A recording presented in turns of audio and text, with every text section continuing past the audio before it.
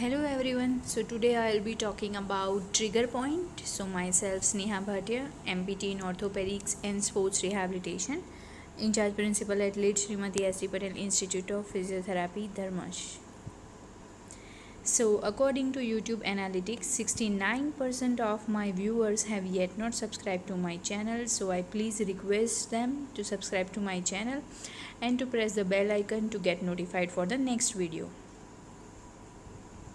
So trigger points are an incredibly common cause of chronic muscle pain, and they are so common that most people will have painful trigger points at some stage of their life, and these often last only for a short time. So almost everyone would have experienced trigger point at some point of their life, and it is also called as myofascial trigger points. It was first described by Dr. Janet Travell in the 1970s. So this is a picture showing the trigger point. Okay, so usually the muscle fibers will be lying parallel to each other, but when there is a knot formation in the muscle fiber, that will cause the trigger point. So trigger point is defined as a hyper-irritable locus within a tight band of skeletal muscle. So you can see in this picture, that picture is showing about the trigger point complex. So we have a taut band of the muscle and we have a nodule. So in the center we can see a nodule formation, that is the trigger point. If there is existing trigger point in the muscle, then it will cause pain to that particular site, as well as it can also refer the pain to the other parts of the body. So trigger point can also cause referred pain. Referred pain means the pain will be felt somewhere else. So for example, you can have a trigger point in the trapezius muscle, but it can also give you neck pain, as well as it can also give you headache. So that is called as referred pain. So again, this is the picture trigger point complex. So let's look a little closer of how the muscles work. In this picture there is a small knot of muscle we can see in the center, labeled CTRP. This is the myofascial trigger point, and when the muscle is in spasm, it is irritable and tender.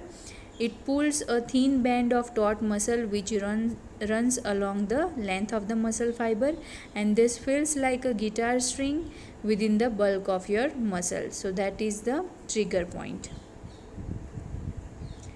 Here again in this picture we can see normal muscle fibers and we can see contraction knot. So small areas of spasm is called a contraction knot.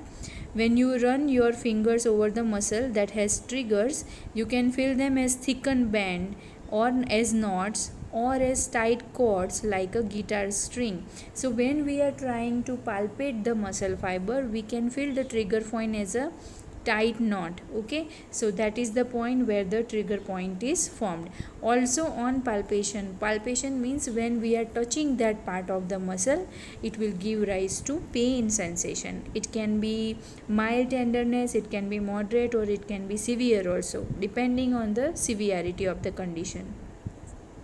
So next in this picture we can see muscle fibers of a trigger point. So stretched muscle fiber, we can see contracted knot which is shown in red color, and then we can see healthy muscle fiber which is not having any knot formation.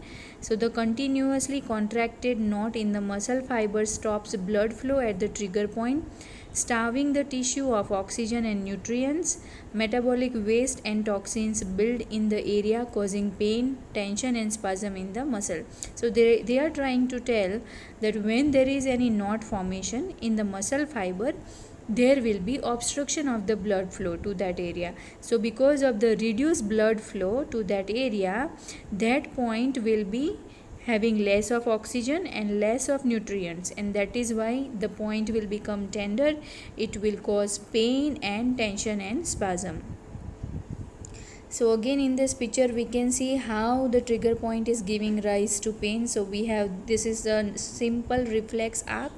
So when there is a presence of trigger point in the muscle, so it will give the stimuli to the spinal cord it will be processed by the brain, and then the sensory nerve roots which are present, sensory nerve roots will give the pain sensation. So trigger points happen when your muscle spindles become sensitized. For example, after you have been injured, then it will not allow the muscle fiber to lengthen at all and will cause a localized knot of spasm. This localized spasm is the myofascial trigger point. So when there is any spasm in particular site of the muscle, that will be cause myofascial trigger point. Trigger point pain can range from a deep dull ache to a sharp stabbing pain. So sometimes it can be just a mild pain which is very deep in the muscle, and sometimes it can be very sharp and stabbing kind of pain. Trigger points can be seen in head, jaw, neck, shoulders, legs, stomach, arms, hands, pelvis, back, thigh, calf and foot muscles. So trigger points can also cause tension headaches, tighten muscles which when compress the nerves. For example, the scaleni muscle can compress the nerve bundle that runs down your arm, and it causes tingling and numbness in the arm. Pain deep in your back, abdomen and pelvis, this can be sometimes mistaken for organ pain.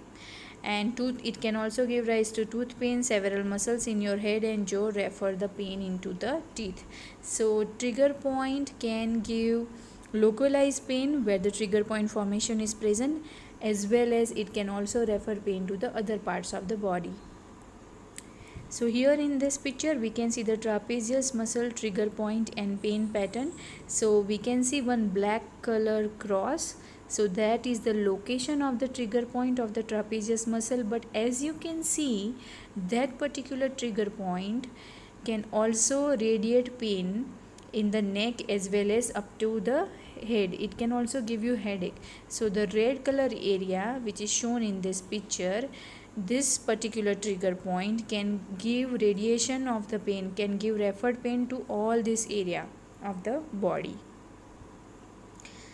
Here in this picture we can see the gluteus medius muscle trigger pain pattern. So we can see in this picture they have shown two cross marks which is denoting the gluteus medius muscle trigger point. But as you can see, the red color area, is the area where this trigger point of the gluteus medius muscle has referred the pain to.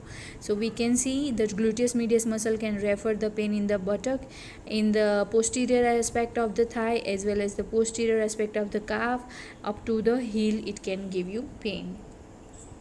So simple way to recognize the trigger point is this: by pressing on the active trigger point, you should be able to recreate the pain pattern. So when there is a trigger point formation, if we touch the trigger point with our fingers and press it a little bit, then it will recreate the pain pattern. Recreate the pain pattern means it will give you the localized pain where the trigger point formation is there, as well as it will refer the pain to the other part of the body. So each particular trigger point is having its specific pattern.